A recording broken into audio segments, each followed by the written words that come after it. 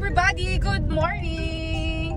Today is Sunday at ngayon on the way na kami sa Balibago para daanan yung mga kasama namin kasi ngayon po yung schedule ng aming morning doon sa may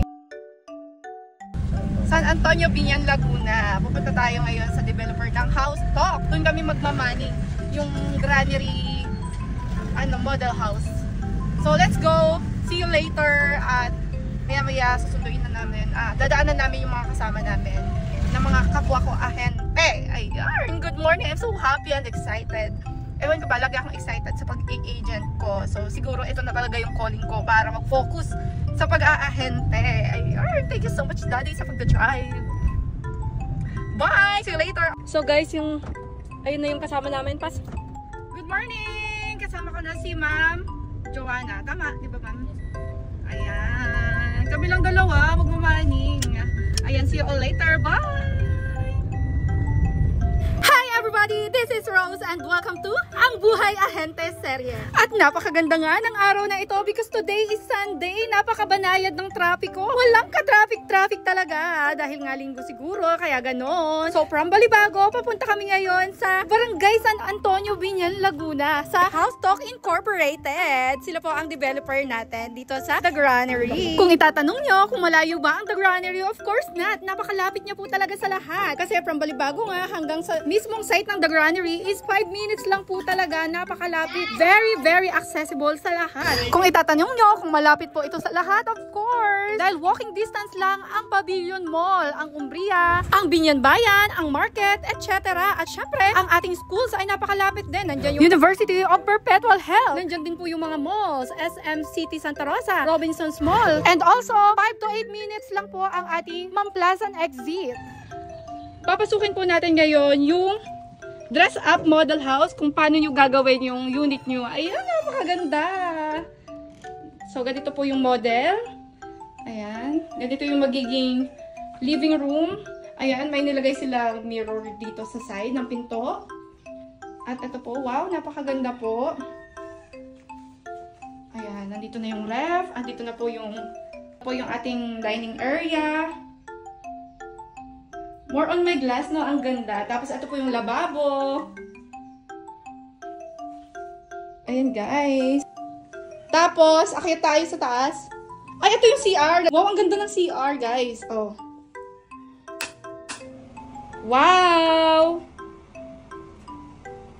Tapos, ayan. Akyat tayo pataas.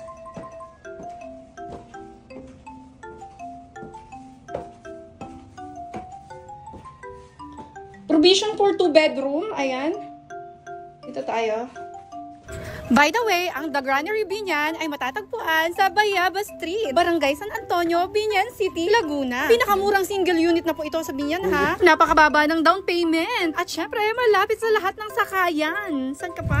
At ang ating house specification ay meron pong lot area starts at 47 square meters. Meron din po itong floor area na 43 square meters. Semi-complete na rin po ito with 1 car garage. At meron din po itong provision for 2 bedroom with partition and 1 toilet and bath. Also, painted na rin po ang walls and ceilings. Rough finish sa first and second floors and stairs. At inuulit ko, semi-finish na po ang turnover. Kaya kayo na lang bahalang mag-decide kung anong ilalagay nyong tile design. At uulitin kong banggitin, very accessible to South Luzon Expressway, SLEX and Cavite Laguna Expressway, Calax Bayan Mamplasan exit. So, nearby establishments, nasabi ko na to kanina, University of Perpetual Health Laguna, Pavilion Mall, Central Mall, SM Save More, Biñan Town proper, yung ating City Hall sa Biñan. Also available po yung ating unit na single attached na may 2-story building. Ayan. And syempre, meron po itong 2 bedrooms, 1 toilet and bath, carport, basic finish with partition, ceiling, etc., rough flooring, and stairs. So, paulit-ulit ko lang nasabi, baka hindi nyo pa natandaan, guys. What?